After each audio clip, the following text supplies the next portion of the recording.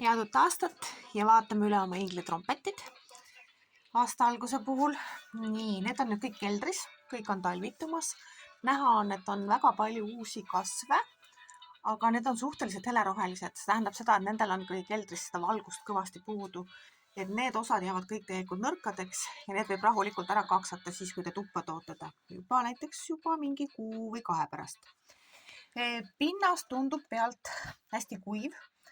Tekib õudne tahtmine kasta, aga vaatame korra.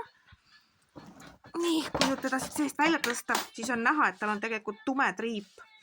Ja see tume triip tähendab seda, et tegelikult on siin põhjas piisavalt niiskust, et ei ole mõtet veel kastma hakata küll kedagi.